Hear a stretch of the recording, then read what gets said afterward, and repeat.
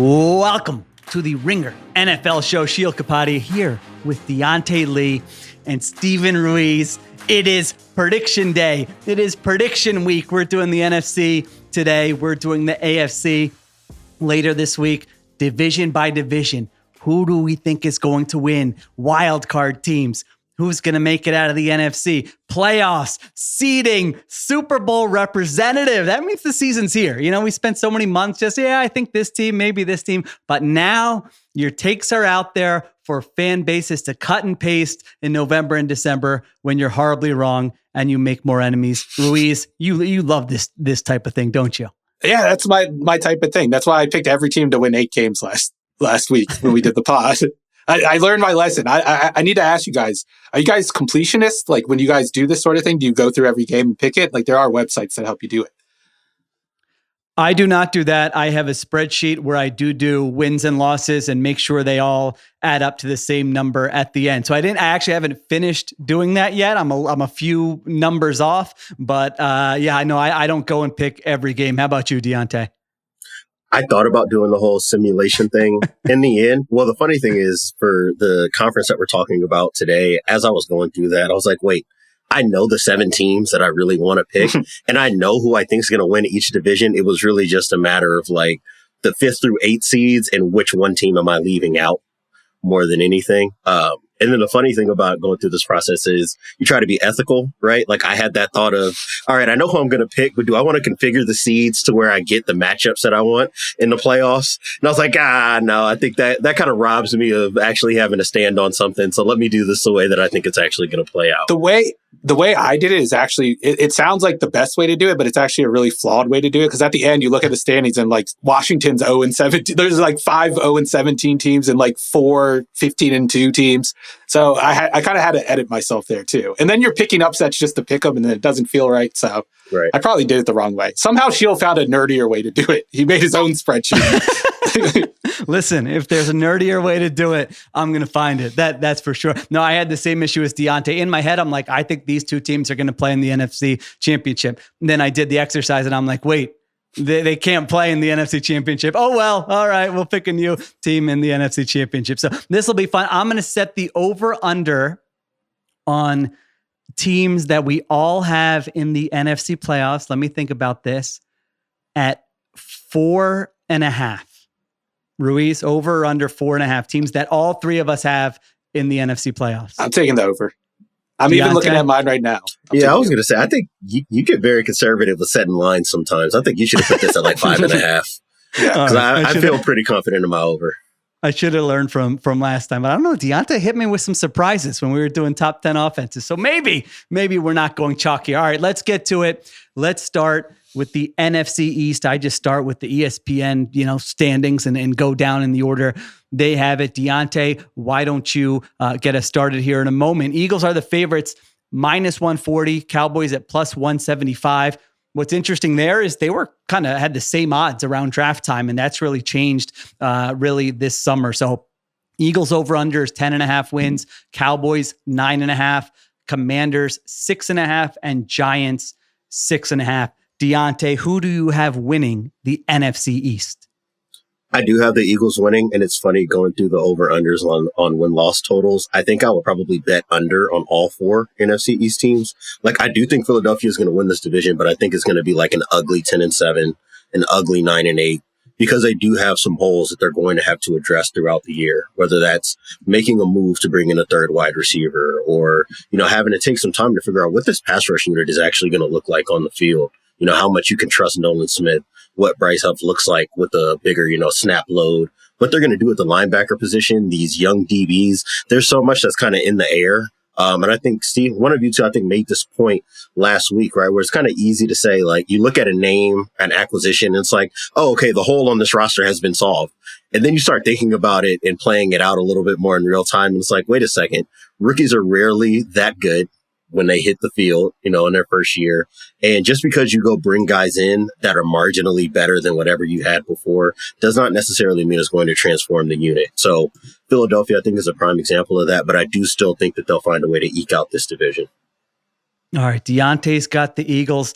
I've also got the Eagles. Now, I've said for a while that this is maybe the highest variance team in the NFL, that you could tell me it's December 10th and it's already known who are the Eagles hiring as their next head coach. You could tell me they're competing for the 1 seed in the NFC. So ultimately I looked at it and I said 6th easiest schedule in the NFL. Last year, for as bad as things got, they were 10th in offensive DVOA. They've just the talent. They've still got AJ Brown and Devontae Smith and Saquon Barkley and Dallas Goedert.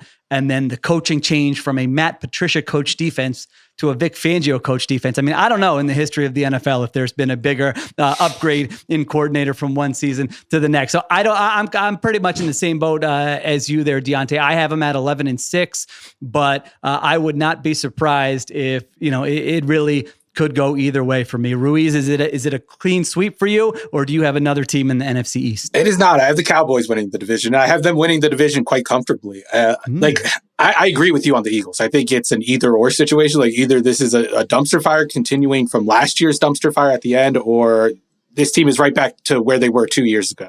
And I could see either happening. And it's just like a matter of opinion. I was going through these games. I actually have them finishing 4-2 in the division, but finishing 9-8 overall, which kind of explains how they get their wins. I think they're going to feast on the bottom of this division, be competitive with Dallas. And then it's how do they measure up against the other teams, the other tough teams on their schedule. But the one point I would push back against is you look at their holes and they get acquisitions, especially on defense, and you're like, oh, they might have filled that hole. I don't think it's naive to say that, because they were one of the worst defenses in the league. The only way they can go is up. And I think replacing Patricia with Vic Fangio, and they kind of have invested in the Fangio defense the last couple of years, and now they're getting the real deal thing. And I think that's going to really improve their defense. But that's not the question mark I really have about this team's ceiling. It's the offense and what that's going to look like.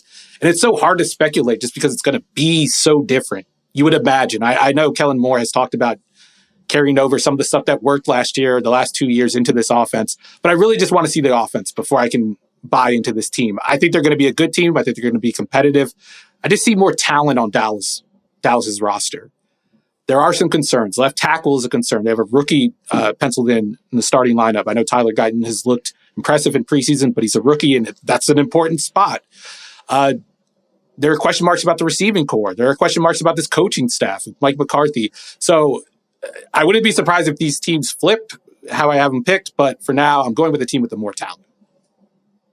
That's interesting, the talent thing, because I'm looking at it. You can give Dallas the edge, I would say, at quarterback, at defensive line, and at corner. But the other areas, to me, that's the three most important.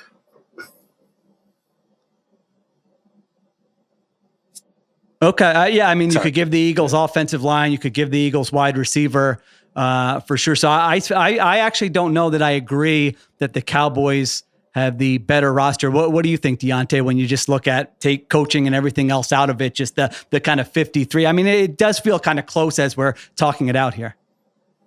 I think the offensive line might be a little bit closer maybe than I would have thought on first glance, especially when you just think about the fact that Tyler Steen kind of lost his competition, has been banged up, and now Mekhi Becton is a guy that Philadelphia has to count on, who's somebody who's really struggled to be available, period, let alone finish the season. You lose Jason Kelsey. So I would say in years prior, I might have leaned Philadelphia because the trenches were better. But I look now like they're very light on the defensive line. They are banking a lot on Jordan Davis being able to handle that 80-85% kind of snap participation rate, or him and Milton Williams and Jalen Carter right there. Two of those three guys are going to have to pay 80-85% plus of these snaps in order for that defensive line rotation to make sense, I would say. So it's close. I probably still lean Philadelphia because they have the number 2 receiver. That's an advantage. I do think that Dallas Goedert, when he's on the field, is better than Jake Ferguson.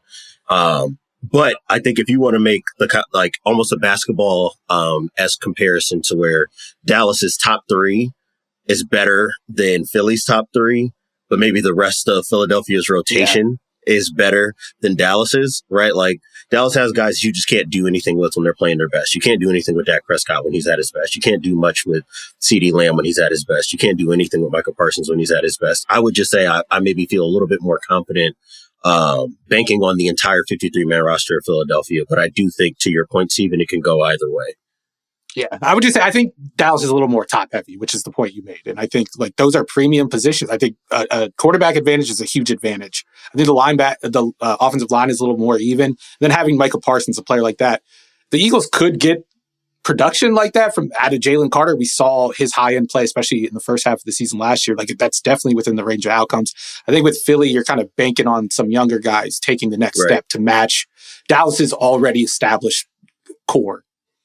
All right. I like it. We didn't agree too. Me and Diante, go Eagles. Ruiz goes with the Dallas Cowboys. Now we move on to the NFC North. And this is a special part of today's episode because this is sponsored by NFL Sunday Ticket on YouTube TV. I'm going to let you in on a little secret. Any serious NFL fan knows that the best way to watch football this season is NFL Sunday Ticket. It's a must-have with features like multi-view, where you can watch up to 4 live NFL games at once. Plus, there's a stats and fantasy view to help you keep track of your teams and players. Best of all, when you bundle NFL Sunday Ticket and YouTube TV, you get every game every Sunday. It's the most live NFL games all in one place. Local and national games on YouTube TV, NFL Sunday Ticket for out-of-market games, excludes digital-only games, device and content restrictions apply. I mean, I'm looking at my TV setup right beyond you guys. Like I'm looking at the camera beyond that. I got the TVs on the wall.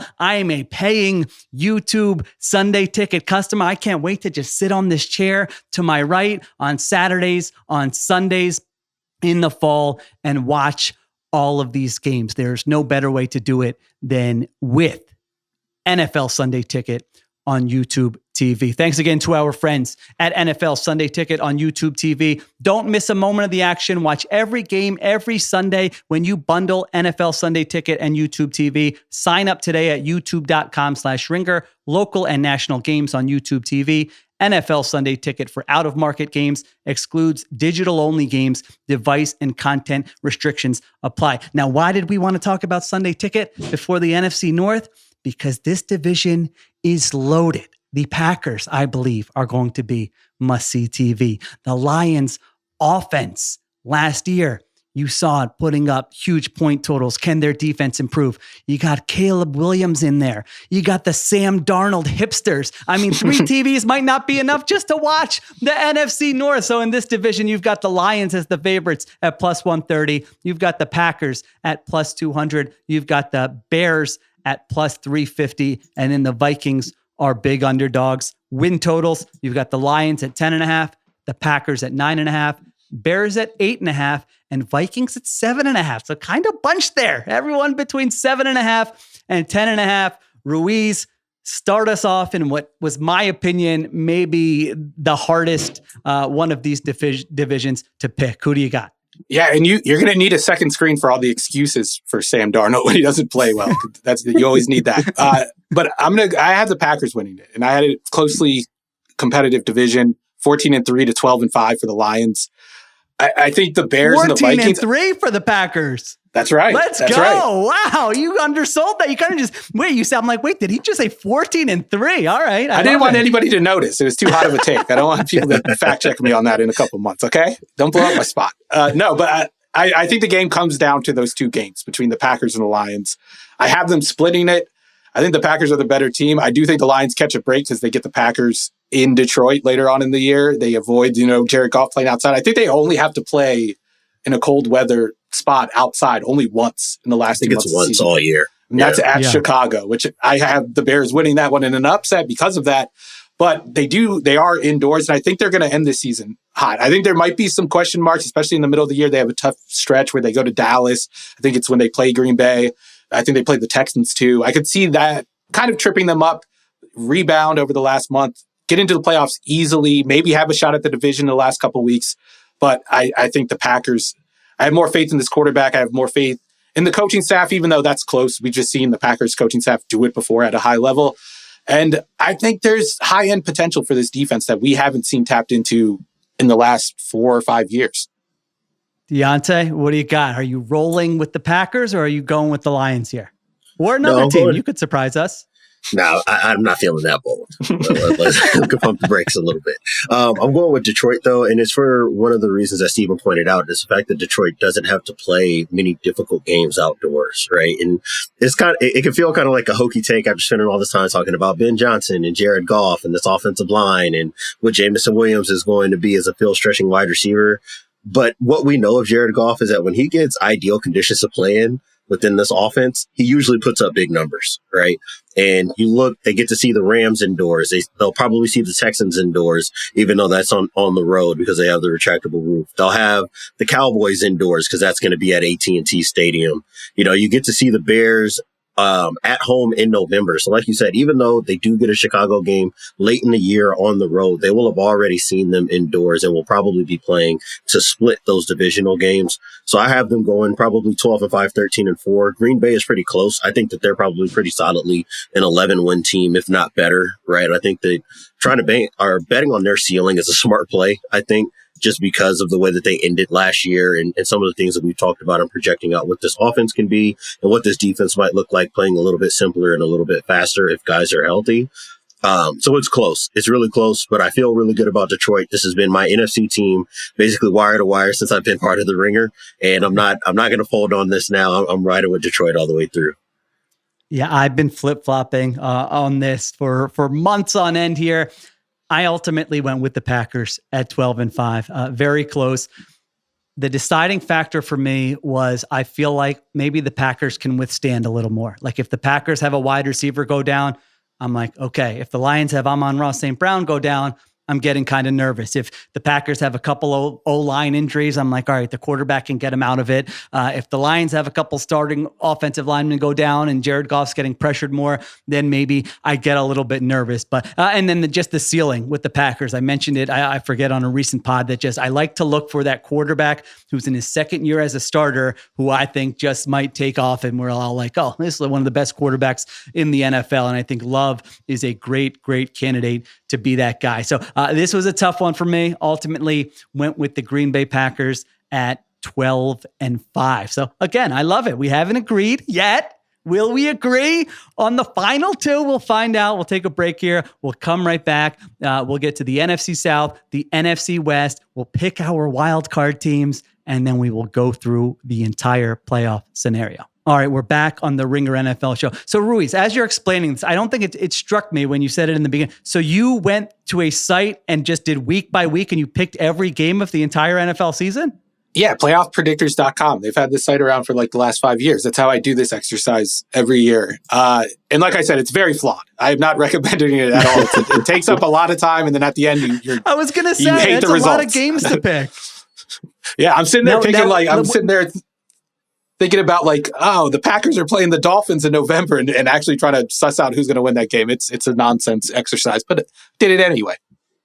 So tell me this, when you're picking games in like week 11, does it tell you what the team's record is so far based on the picks you made, or do you have no idea? No, it does, but I ignore it because I don't want it to influence my picks. I do it completely ethical. Okay. There you go. I love it. All right. We did the NFC North.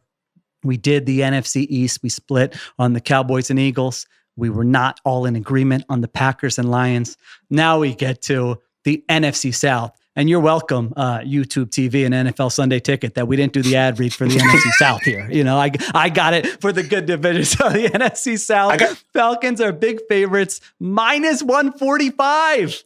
Unbelievable. Bucks at plus 340, Saints at plus 430, and then the Panthers are big underdogs. Falcons over under win total 9.5. Bucks are at 7.5. Saints are at 7.5, and the Panthers are at 5.5. Diante, do you like the favorites in the Falcons, or are you going with a sleeper in this division? I just want to say that whoever is putting money on the Panthers to win this division, we really got to sit down and have a conversation, guys. There's betting on long odds, and then there's relying on the Panthers. I think this will probably be the first division where we'll have consensus. I'm going Atlanta here. The more I think about it, I've tried to poke holes in this thing all off season. I couldn't stand the draft. I really was confused with the whole Kirk Cousins paying to bring him in if we're bringing in a rookie to play quarterback, and then a guy who's not playing quarterback in the preseason, which kind of opens up the door to even more questions about exactly what the plan is, short and long term. for the quarterback room. But you look at Drake London, Kyle Pitts, Bijan Robinson. I think this offensive line will be fine. I trust the offensive system that they're bringing in with Zach Robinson. I really don't have much reason outside of them just not maybe having enough pass rush even after bringing in Matt Judon and kind of banking on Justin Simmons, who I think is kind of starting to take a little bit of a step back in his career. Still a productive player, but not what he was in 2018, 2019, and 2020 in Denver. But I'm not ready to walk off of that ledge, not for the Bucs and certainly not for the Saints. So I'll just go ahead and stick with them as the winner of the NFC South. I'm not sure if they'll win more than 10 or 11 games because of that defense, but I think that they should win this pretty comfortably. Ruiz, what do you got? Yeah, I'm going to be boring and go with the Falcons too. I have them winning the division by 4 games. And I think there's a chance that they not only have the best offense in this league or in this division, and I think they're kind of getting the best of both worlds. Like they have the Arthur Smith offense, which you could criticize as saying they kind of leaned into the run game stuff a little too much, having fullbacks on the field, setting up the play action pass. Whereas I think this new coaching staff has kind of found the right balance. Like the McVay guys, the Shanahan guys have kind of figured out a way to have a run-first offense, but you're not giving up those early down passing opportunities that are really efficient. So I think this offense is going to be even better than it has been, even at the top of like Arthur Smith's best when they finished, I think, like 10th in EPA the first year he was there. So I have them winning this division. I really think the Bucs are due to take a step back. Them losing Dave Canales is a bigger deal than I think people are letting on about. Like, I don't know how in one breath we kind of hype up Dave Canales and the work he's done with Baker Mayfield and what he's going to do with Bryce Young, and then kind of discount the fact that the Bucs are moving on from him. Really, who I thought was the bright spot of that coaching staff, because I think you could make the argument. I love Todd Bowles, loved him for a long time, but I think you can make the argument that the game has passed him by a little bit.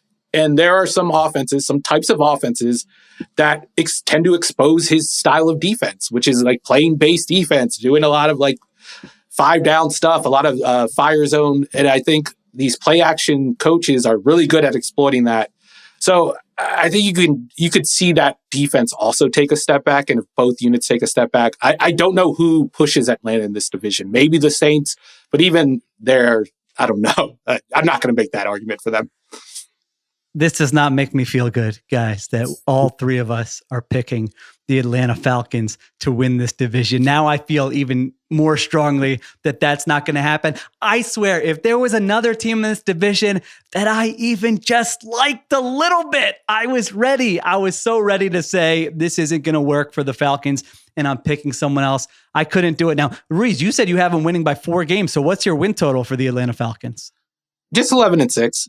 Bucs and Saints finishing 7-10. Yeah, I have this as a good old fashioned garbanzo beans division where the winner wins it at 9-8, and it comes down to week 18, and you're sick of all these teams. So I just think you look at Kirk Cousins in Minnesota. The offense is ranked between 9th and 20th every season, and he had Stephon Diggs, and then he had Justin Jefferson, and now he's 36 and he's coming off an Achilles. I'm just looking at it going, is this going to really be the best version of Kirk Cousins we see? So that makes me nervous. The defense, Diante, you mentioned it, when like Matthew Judon is at 32 years old coming off an injury, is viewed, and rightfully so, as like this massive addition. Like, what does that tell you kind of about the rest of the defense? So I like their secondary a little bit. Like I was looking at it, I'm like, okay, AJ Terrell, Jesse Bates, Justin Simmons. These are veteran players who have been good football players at one time or the other. I like Raheem Morris. He had to, those weren't the most talented Rams teams in recent years, but it just screams mediocrity to me. Now, the reason I still went with them, they have by far the easiest schedule in the NFL. If you look at Vegas win totals, if you look at Super Bowl odds, really any of the things you want to look at, it is the easiest schedule in the NFL. So I'm like, they went 7-10 last year with Desmond Ridder and Taylor Heineke. Now they still have the easiest schedule in the NFL. Like, can they win 2 more games? I think they can win 2 more games. I will say this. I mean, it is very interesting. They're an interesting team this year, not only because they're the favorites, but also this Penix thing. I mean, if Cousins doesn't play well, if Cousins goes down for a little bit and Penix has to play, like I'm going to want to see what that looks like and what Penix looks like. So I'm with you guys on the Falcons. I couldn't go with the Saints. I mean, their offense, Derek Carr behind that offensive line, I don't think that's going to be good. The Bucs, I'm with you. all the nerd stuff that I like to look at in terms of first and second down performance versus third down performance last year for them, it's night and day. I mean, a lot of it was Baker Mayfield throwing it up to Mike Evans on third down. Some of that I'll give Canales credit for scheming stuff up, but that wasn't like, I think the reputation of that offense is probably not matched with some of the numbers you might look at. So I think they're taking a step back. And then to Diante's point, I wish the Panthers, if Bryce Young just had shown me a little, so I really would have been tempted to say, they could turn this around, but I couldn't do that either. So we're all going with the Atlanta Falcons. I do have, so one more thing on the schedule point, and this was really where I wanted to try to poke a hole in Atlanta's schedule, and we made this similar point about Detroit. They only play 5 games outdoors. 2 of them are after Halloween, and I think it's the Broncos and the Commanders as those 2 games. So it's like, in terms of playing surface, in terms of just like the conditions necessary to play really well, high-powered spread offense, which is what we're probably going to see from Atlanta, they're going to have it pretty well lined up to be able to put up big numbers with Kirk Cousins and not really be challenged probably until they get to the postseason. I think they open with Pittsburgh, Kansas City, and Philadelphia, and then you can look at the rest of the schedule and say, these are at worst coin toss games outside of like the Dallas game in November, right? So they've got it pretty easy. I think they'll probably be coasting throughout most of the season. And this is probably going to be a team that does go 11-6, and we don't actually know how good they are because we're not going to have enough frame of reference based on who they've played throughout the year. They're the team, Ruiz, our favorite. We bet you on the last pod. We can be telling everyone in week 12, forget the record. This team's not that good. Look at this. And then their fan base can get upset. Again, I said that. See, that's what gives me the goosebumps. Football season coming. Stuff like that I can think about delivering in November. All right. So we all got the Falcons from the NFC South. And now we go to the NFC West, where the 49ers are the biggest favorites for the division of any team in the NFC. They are minus 190 to win the NFC. The Rams are plus 330. The Seahawks are plus 700. And then the Cardinals, the hipster Cardinals, as Ruiz rightfully called them out last episode, are big underdogs here. So Niners over under 11.5 wins. Rams second, 8.5. Seahawks are 7.5, but that's juice to the over. And Cardinals are 7.5 also, and that's juice to the under. Ruiz, you start us off here. You got a surprise up your sleeve, or you got the San Francisco 49ers? No surprises. I got the 49ers, and I somehow managed to pick the over for all of these teams. I have the 49ers winning 13. I have the Rams winning 10, the Seahawks winning 8, and the hipster Cardinals winning only 7 games, but a very feisty 7 games. That won't derail the hype going into next year. That's an under. That's an under. Their over-under is all the way up to 7.5 because of the hipsters are just loading up on them. Oh, my. That's insane. That's insane. But no, you got to go with the... You just said they went 7. I know. I was trying to be optimistic. But anyway. The only reason to pick against the 49ers this year is the potential of injury problems, because they do have an older roster at some places, and we've seen some of their key guys have injury problems in the past, like Trent Williams, Christian McCaffrey, like even Brock Purdy has suffered an injury. So I think that's the one thing that could be the downfall for this team, but I'm not predicting that in August. It's not fun to predict that a team's going to have worse injury luck and that we're not going to see some of the coolest players in the league be out there for 17 games. So assuming that everyone's out there, I would set their floor for wins maybe at 13 if they get a healthy-ish roster, because this team is just so good. And I think defensively, we saw issues last year that are correctable. And I think they will be corrected with this new coaching staff coming in. I think Diante talked about this when we did the defensive pod. They're kind of going back to what they had been doing under DeMeco Ryans. And the skill on that team, especially on the defensive side, like sets them up to play that style. I think going back to that is going to make their defense what it was 2 years ago. And I think the offense, I mean, we don't even have to say anything. They have all these stars. I think Brandon Ayuk stays put. And then Kyle Shanahan, I mean, he's going to have answers to any problems defenses present to them. Diante, what do you got? It speaks to just how ridiculous the top of this roster is. that I could list off the fact that Brandon Ayuk and Trent Williams aren't practicing. Talanoa Hufanga is coming back from an injury. We have no idea what the timeline is for Dre Greenlaw. They've lost Eric Armstead and DeForest Buckner over the years. So I don't like their interior of the offensive line. I don't like the interior of the defensive line. They're missing linebackers. They're going to probably be starting a young guy or inexperienced guy at safety. And I still think that this team is probably going 12-5. I'm picking them probably to win this division, maybe going away. I don't know exactly how I feel about the Rams because that defense is going to be so young in some spots and inexperienced in spots. And obviously they have like a number 99 sized hole that they have to fill on the defensive line. Right. But to me, everything is still set up so well for San Francisco to just put up a bunch of numbers on offense. I don't know if this defense is actually going to land in the top 6 or 7 the way that I think I predicted when I was on the podcast with Steven when I first started. There's a lot of variance there because they're playing with lighter bodies, guys that are probably not as fitting for this scheme in the way that it used to. It used to be when DeForest Buckner and Eric Armstead were there. But still, I think that all the pieces are there for them to win a bunch of games. I don't think that they'll get pushed enough in the division outside of the 2 games they have to play against the Rams. I think they're still lining up pretty well to go 12-5. Even if they're not the number 1 overall seed in the NFC or the NFL, I still think that they'll probably be pretty comfortably playing at home in the playoffs for most of their run. I was tempted to pull a surprise in this division.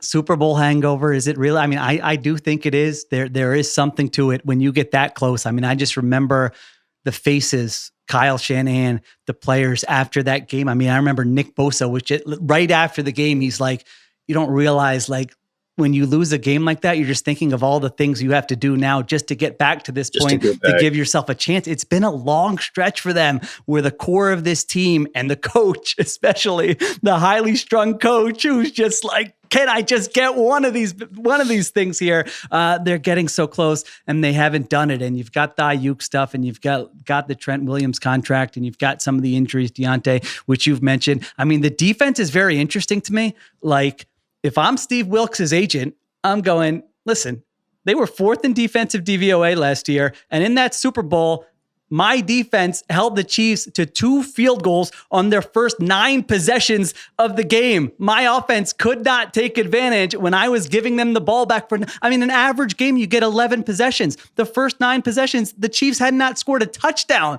Like, you could easily make that case. Now, I understand if you're saying, Sheil, were you watching the games? I get it. The 49ers did not look good in the playoffs. They looked very vulnerable defensively at times last season. I'm not convinced that Nick Sorensen's going to come in, first-time defensive coordinator. I would imagine his number 1 rule is, Kyle, what do you want me to call here? Hey, Kyle, yeah, just wondering. You got a second? Hey, Kyle, I think that's what Shanahan wants.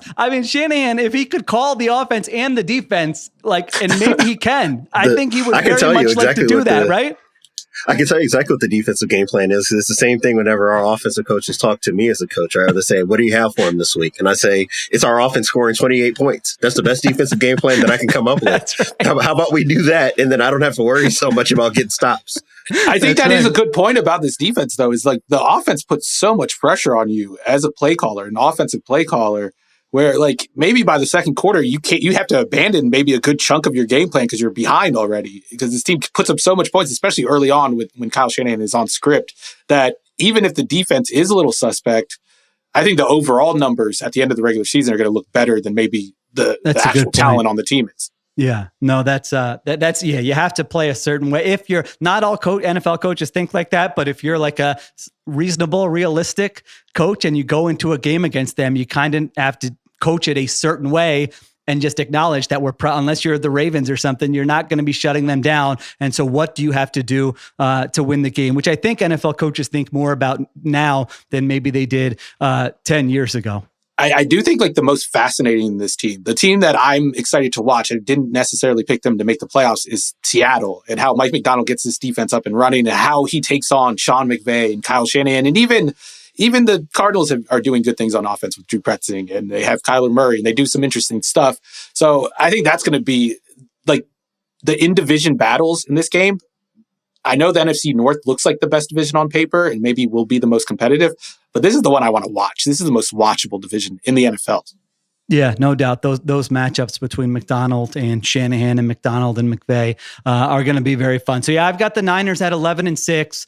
I mean, you just assume Ayuk and Trent Williams are coming back, and they lost. Who did they lost? Charlie Warner, their tight end too. It's literally this. Everybody else is back on offense. So it's like the stuff I talked about with the Packers where they can withstand stuff. I think that applies to the Niners. You know, Debo goes down for a little bit. Ayuk, even if they get worse injury luck, like there's enough there with the coaching, with the scheme that they're going to be pretty good. And then on defense I do have questions, like I said, but you've got the pass rush. You've got the best linebacker in football. You've got a lockdown corner. It's not a daunting schedule. And so I think there could be maybe some more bumps in the road than maybe you guys think. But at the end of the day, I just looked at it and I said, no, I can't pick anyone else to win this division. So I've got the 49ers. All right, let's take one more break. We're going to come back. We're going to go with our wild card teams. You guys might have mentioned some teams where I was saying, not so fast. I might be getting to them later. So we'll get to our wild card teams, and then we each pick our representative to go to the Super Bowl from the NFC.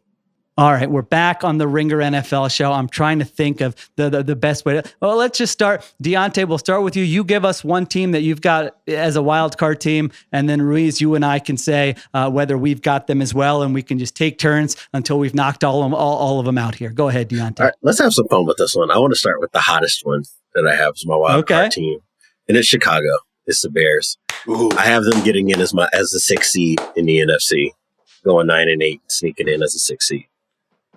I do not have them. I have them 8-9 though. I think they finished 8th, so they finished right outside the last spot for me.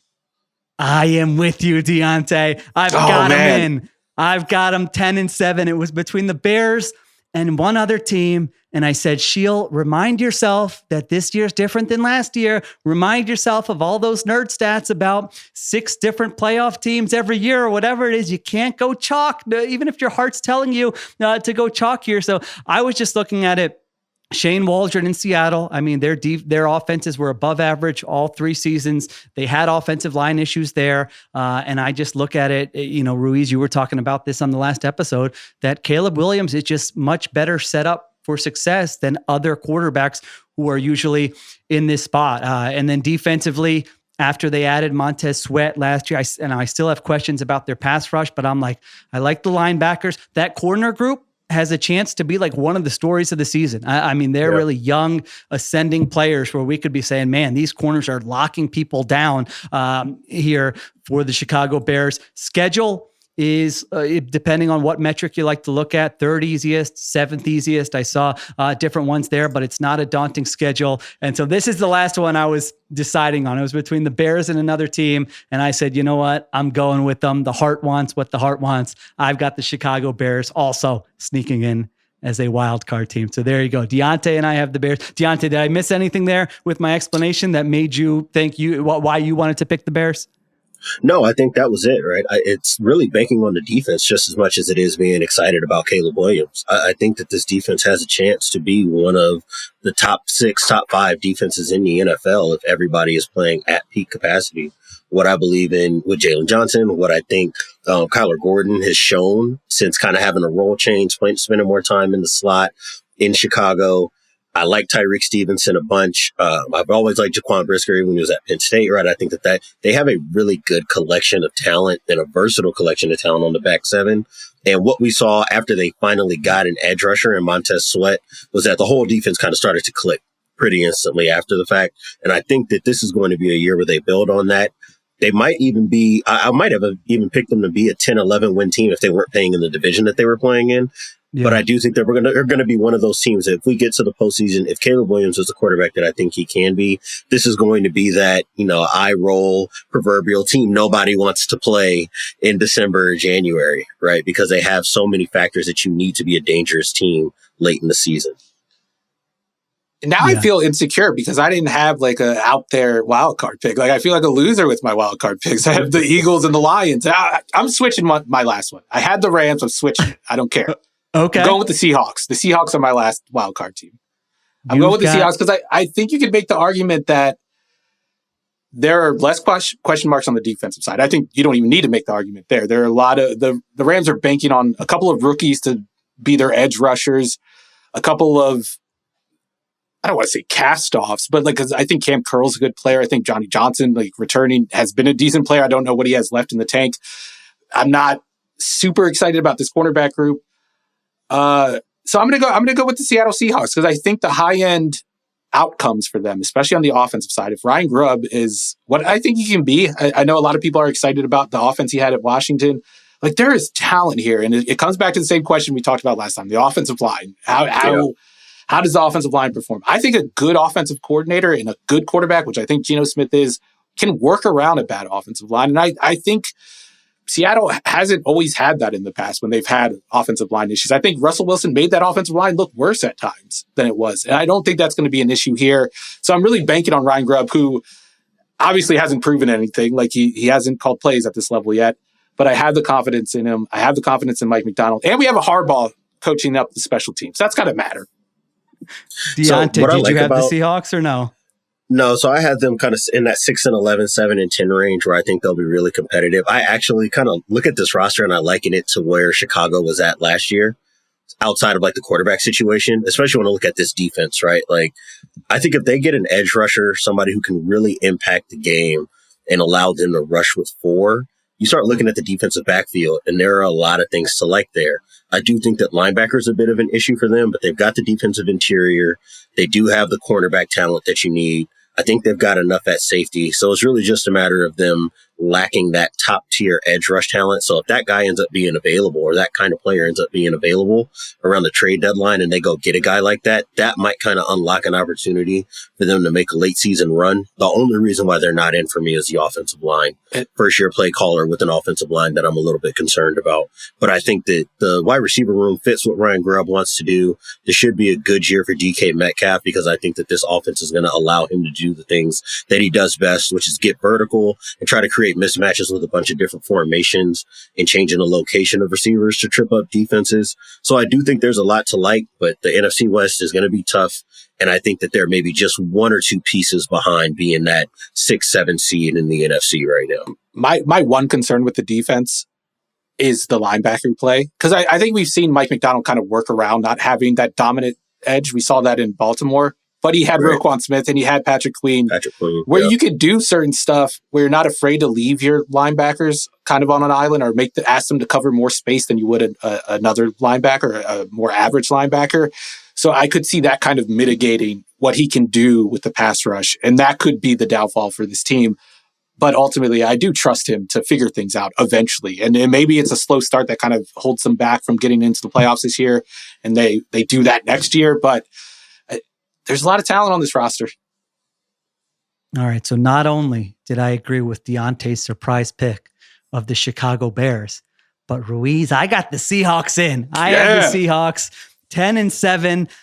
I look at this. This is a good roster. I'm looking at this roster. It's an underrated roster. I think last year, my 2 big swings when I did my ranking all the defenses in the NFL, one was the Browns. That was a hit. Another was the Panthers. That did not hit. I'm doing the same exercise for the ringer.com this week. I think you're going to be surprised where I have the Seattle Seahawks. I don't have the exact number yet, but I think this defense has a real chance with these young defensive backs, with the veterans on the defensive line, with the coach. And even the linebackers do worry me, but at least I'm like, these are guys they added this offseason after they hired Mike McDonald. So presumably he saw something where he said, all right, these guys will be fits for what I want to do. I know it doesn't always work out that way, but it's not like he's stuck with guys from the previous regime. So I think this defense is going to make a big, big leap from being one of the worst defenses in the NFL last season. And then offensively, I mean, their offensive line wasn't good last year, and they were 12th in offensive DVOA. Like,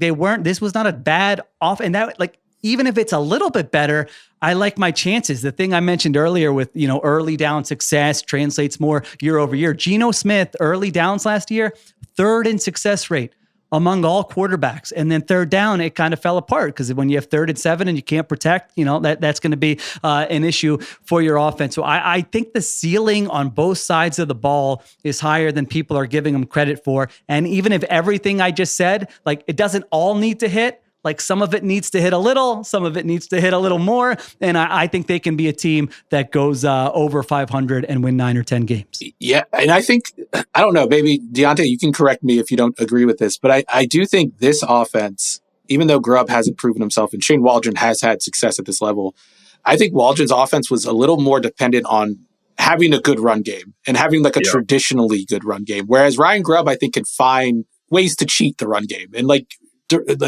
generate efficiency that isn't based on the talent around him. So I think that's one way to keep Geno out of those 3rd and 7s, because it wasn't Geno putting them in the 3rd and 7s. Like you said, success rate, that's the stat. That's the stay ahead of the chain stat. And he was one of the best in the league at it. No, I'm with you, Steven. I think that they'll find ways, whether it's RPOs, they have athletic backs as well. So it's not necessarily that they don't have guys that can create behind an offensive line that might be a little bit leaky. I think that they'll do enough of mixing looks up, trying to get the ball out on the perimeter. And like you said, the structure of this offense does not rely on Geno Smith having to get under center and running a bunch of outside zone to set things up, right? You don't have to be in 12 personnel in Ryan Grubb's offense. If I'm just to take what we saw from Washington and what I'm looking at right now in the preseason, I don't think this is an offense that's going to be rigid in how it tries to set up the run game in some of the ways that I think Shane Waldron was, right? And I don't mean rigid necessarily as like, as dogging Waldron. It's just like some of these guys coming off of that Shanahan McVay tree are a little bit dogmatic in how they look at offense. I don't think that Ryan Grubb will suffer from some of the same problems. I think he'll be able to step in with kind of fresh mind and fresh ideas and say, hey, if we need to keep 3 wide receivers on the field at all time because that's our best personnel package, then let's find a way to build a spread run game off of that. And I think that that's something that they can do and be functional enough to where they're not just getting blown up in the way that Houston was last year, because they're always running the ball on early downs behind an offensive line that's hurt and maybe not as good as you want it to be. All right. So we got some of the sleepers out of the way. The Seahawks, me and Ruiz, the Bears, me and Diante. Diante, who's your next wild card team here? So this is interesting to me, and this is where my biggest hang up was, right? I thought there were 3 teams for 2 spots that I was really debating, and we talked about 2 of them. I mentioned the Bears. You guys talked about the Seahawks.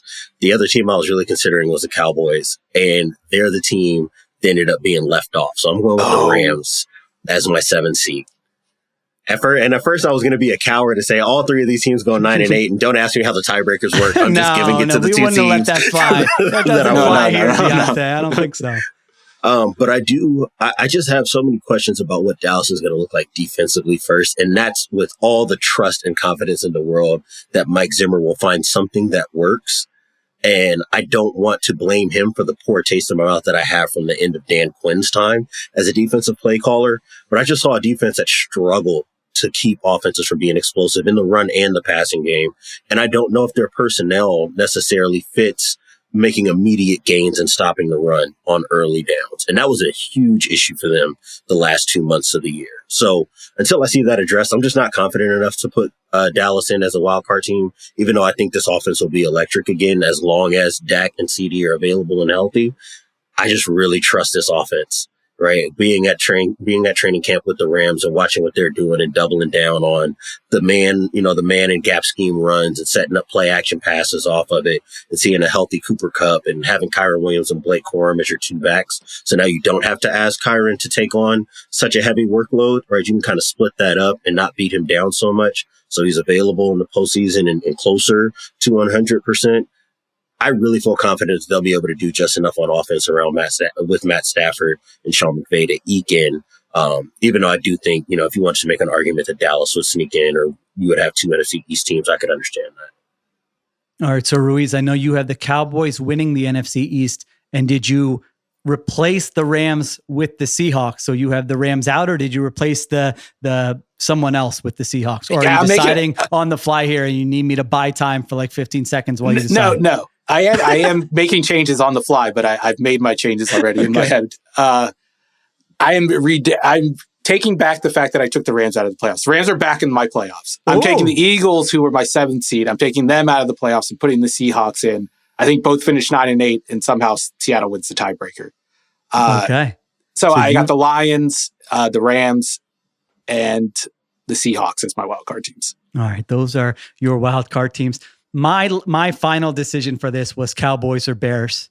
And I ultimately decided I'm going to go with the Bears. I'm just going to try to predict that there's more turnover than my heart is telling me right now. I'm kind of bullish on this Cowboys defense. Like Mike Zimmer's defensive resume is just very impressive when you look at his 8 years with the Vikings. I think he had 5 top 10 defenses, 4 top 5 defenses, which is like that's hard to do over an 8-year span. Like Fangio's last 8 years don't, they don't look like that, like Right. Zimmer's did. So I actually think there's talent there where I'm like you, Diante. I was like, all right, Quinn had some good years there, but by the end it kind of got ugly, and I feel like they're ready for a new voice in there with Micah Parsons, with the talent they have at cornerback, and so I think that could be good. Offensively, I feel like what they're asking out of Dak Prescott here may be a little underrated. When you look at, you're potentially starting 2 rookies on the offensive line. Goes back to what we said in the first segment. Yeah, on paper, the clips, the reports, looks great. Oh, hopefully for Dak's sake, it's going to be great, but you just don't know when those rookies are in there and they're going up against starters who want to rip their heads off. Like, what is it going to look like? It's normal to have growing pains. So that worries me a little bit that your offensive line isn't going to be as good as it was in the past. I mean, Tyron Smith was awesome last year.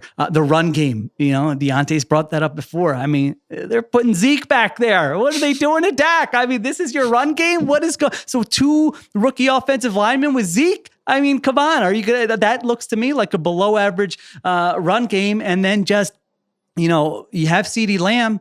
Beyond that, it gets a little dicey. So you're a little vulnerable. If he goes out for a month or so, can you withstand that? And even I was just looking at the new NFL Pro product, not to give him a free endorsement here, but it's pretty cool with the next gen stat stuff. And Dak Prescott had the 4th highest percentage of tight window throws last year. Now, he's very good at those. It's fun to watch him make those. But when you look at kind of offense and is it a little fragile, like the margin for error, he's going to have to make more of those if you don't have your wide receiver for every game. So I just think the margin for error is slim. Now, I look at it on paper and I've got the Cowboys as like a top 12 offense and a top 10 defense, and it should be a playoff team. So I still think they win 9 or 10 games, but ultimately I was debating between them and the Bears, and I ended up going with the Bears and leaving the Cowboys out. You sound like you don't trust the Mike McCarthy, Brian Schottenheimer brain trust. You sound like a guy who's covered the Seattle Seahawks when they're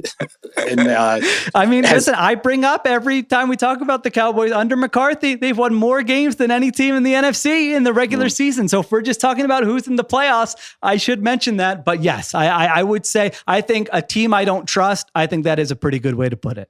It's the Jerry Jones Doodles, right? Yeah. Okay. I don't trust him either. And when I look at this roster, so much of this kind of reminds me of I don't know if you guys remember that 2015 to 2018 stretch of the Lions with Matt Stafford, where they started turning over the offensive line. They had a bunch of young pieces that were kind of interesting on defense, right? You had a healthy Ziggy Ansah.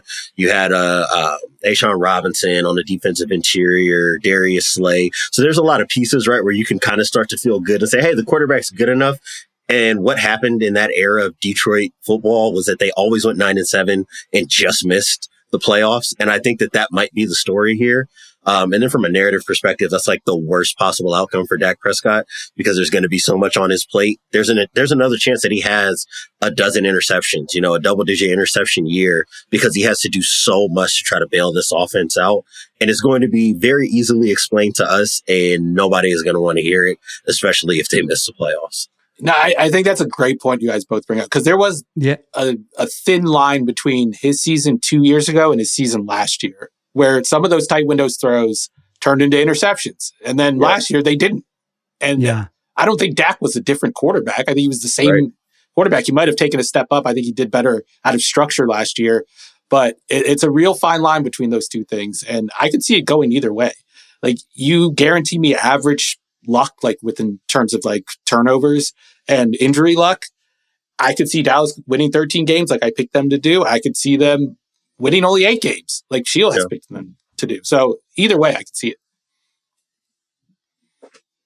Yeah, I still have them. I think I have 9 or 10, but just missing the play. It might be one of those tie situations, but I'm going on the record. I'm not saying I don't know who makes it. I have them out. We'll see. But I agree with you. If I had to name 4 teams, 5 teams in the NFC that actually can win the Super Bowl, or get to the Super Bowl from the NFC, I have the Cowboys on that list. There's a situation where things go right for them, and all those things that I just mentioned are not big concerns, and they end up playing well. But ultimately, I had them out there.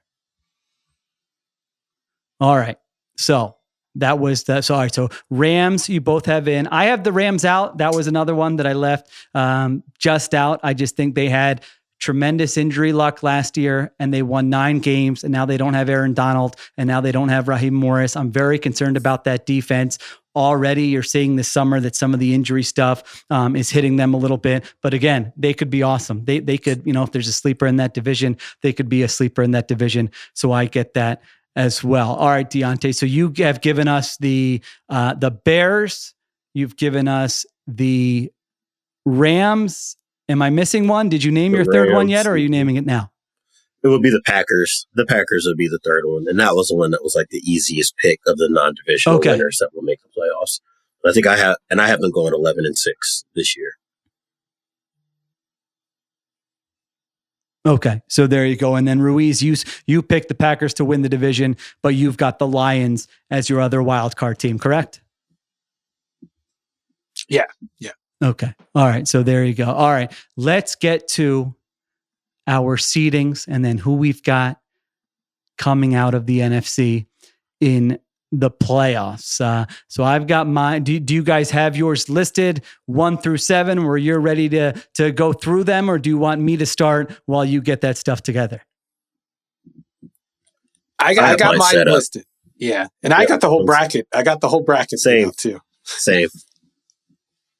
All right, Ruiz, start us off. Give us the bracket. Go from beginning and take your time, build up the drama, and let's see who you've got going to the Super Bowl in the NFC. Go ahead. All right. First of all, I got the Packers as my 1 seed. So they're the one team not playing on wild card weekend. The wild card matchups, I have Detroit as the 5th seed going to Atlanta. I have the Eagles going to San Francisco. San Francisco's the 2 seed. And I know I messed up by I got to flip that actually because I messed up I changed my picks. I thought. I did. But you remember I did the exercise at first and I flipped it during. That's why you don't make changes in the middle of a podcast. This is why you don't adjust mid-flight. So I'm going to have the Seahawks going to San Francisco for the first wild card matchup, a rematch of 2 years ago, a wild card matchup. And then I'll have the Rams going to Dallas to play the Cowboys. I have Dallas advancing. I have the 49ers advancing, and I have Detroit upsetting, quote unquote, Atlanta as the 4 seed, going on to play the Packers. Got the Packers winning that matchup. Have the 49ers beating the Cowboys in a classic playoff outcome. We definitely need one more of those. So we need to see that again. But then I have San Francisco going to Green Bay. And really, I would have picked this game based on where it was located. If it was in San Francisco, I'd put the 49ers in the Super Bowl. But Brock Purdy going to Lambeau in January against a team that I think is maybe the deepest in the conference, I got to go with Green Bay in that situation. I have the Packers representing the NFC in the playoff or in the Super Bowl. The Green Bay Packers getting to the Super Bowl for Ruiz. All right, there's one down. Diante, who do you got? Give us your matchups. All right, my first round bye is Detroit. They're my number 1 seed in the NFC. My wild card matchups are as follows. 4 seed Philadelphia at home against the Packers. I've got the Packers winning that game. I've got the 3 seed Falcons playing up against the Bears as a 6 seed. I've got the Bears winning that game. So this is a rare occurrence where 2 road teams go out and win in the playoffs. And then I've got the 2 seed 49ers playing against the Rams, and I've got the Niners winning that. So now my divisional matchups is Detroit versus the 6 seeded Bears and the 49ers versus the 5 seeded Packers. And I have got Detroit winning against the Bears, and I've got a Packers upset over San Francisco on the road. So that gives us an NFC North rematch in the NFC title game between the Lions and Packers playing indoors. I think if Detroit makes it this far, they'll seal the deal. I'll go with Detroit as the NFC representative for the Super Bowl this year. Jared Goff back in the Super Bowl. The Detroit Lions and the Green Bay Packers are our 2 picks. Amazing. What if you would have told us this 2 years ago or something, that we would these would be our Super Bowl picks in 2024. All right. I've got the Packers at the 1 seed. I've got the Bears going to San Francisco. They lose that game. 49ers win that game. Seahawks go to Philadelphia.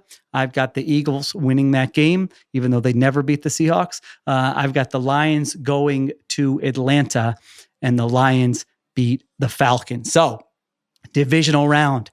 Eagles at San Francisco. I've got the Niners there. Niners beat the Eagles, advance to the NFC Championship. Lions at Green Bay. Lambeau Field. Can Jared Goff do it? Not this time. The answer is definitely no. 49ers go to Lambeau. I got the same NFC championship as Ruiz. Let's go. And I got the same NFC champ as Ruiz. I've got the Green Bay Packers. Diante, thank goodness you did not also pick the Packers. That just would have been the kiss of death, a disaster if all three of us picked the Green Bay Packers. So funny thing, they were my NFC representative, and that was when I was being a coward and configuring the wild card seeds in a way that got me the divisional and championship game matchups that I wanted. And I had to go back and really think about the way that I think the season's going to play out. But they still made the NFC title game for me. So I do think that they'll be one of the top 4 teams in the NFL when it's all said and done. Sheil, on the football hipster scale, out of 1 to 10, how much of a hipster are we for not picking the 49ers to make the Super Bowl? None of us picked them. The best team in the NFC. I think we would all agree, like top to bottom. Yeah, but I would say, I think it's this century, only one time has the Super Bowl loser gotten back to the Super Bowl the next year. I think it was the Patriots. They lose to the Eagles in the Nick Foles Super Bowl, and they get back the next year and they win it. Otherwise, it's never happened. That's why I'm like, I don't know. I kind of believe it doesn't mean you're not going to be a good team. It doesn't mean you can make a playoff run. It's kind of just an example of how freaking hard it is to get there. How many things have to go your way? The turnovers, the calls, the injuries. Do you have home field? What's going on with the other teams? Are they healthy? Are they not healthy? So yeah, I mean, listen, it's an easy case to make for the 49ers if you're just looking at it on paper, who has the best team. But I was kind of like, I don't know. I can't ignore the way that's gone with the Super Bowl losers and getting back the next year. So I was between the Packers and Lions. So I feel good about this exercise. Both your 2 picks were the 2 teams. Diante, I wanted to fix it so that I had the Packers and Lions in the NFC Championship game, because I think those, to me, feel like they're going to be the 2 best teams, the teams I feel like have a great shot to get there. Ultimately, I think in the spring, I was leaning Lions. I don't know. I was just buying my own Jordan Love hype, and I'm like, I'm going. Solak got me a cheesehead last year. I might as well just go with the Packers here. So I don't know what happened with my reasoning, but I ended up going with the Green Bay Packers. All right. If they don't make the Super Bowl, you have to do a pod with the cheesehead on the entire time. Sure. Absolutely. I like what, I'm bald, so anything to kind of cover the head, as long as it's covered, and I'm not feeling the draft of the air conditioner or anything here. I'm good with that. I think I have access to a cheesehead. So if that happens, I'll pop on the cheesehead too, if I can get it. There you go. All right. That was a lot of fun. Now, twists and turns, we had some surprise picks in there, and then you find out, does anyone else agree? Does anyone else see this? So that was a fun exercise. We're all on the record with our NFC picks. We come back later this week in a very difficult AFC where I would be pretty, I don't know. I don't know if any of us are going to have the same teams there. I mean, that could really go in a number of different directions. So many good teams, so many good quarterbacks. We will see what we end up with there. All right. Thank you to Diante Lee and Stephen Ruiz. Thank you to producer Christopher Sutton. And thanks to the great Eduardo Ocampo on social. Additional production supervision by Conor, Nevins, and Arjuna Ramgopal. Later this week, same exercise, AFC. Talk to you then on the Ringer NFL Show.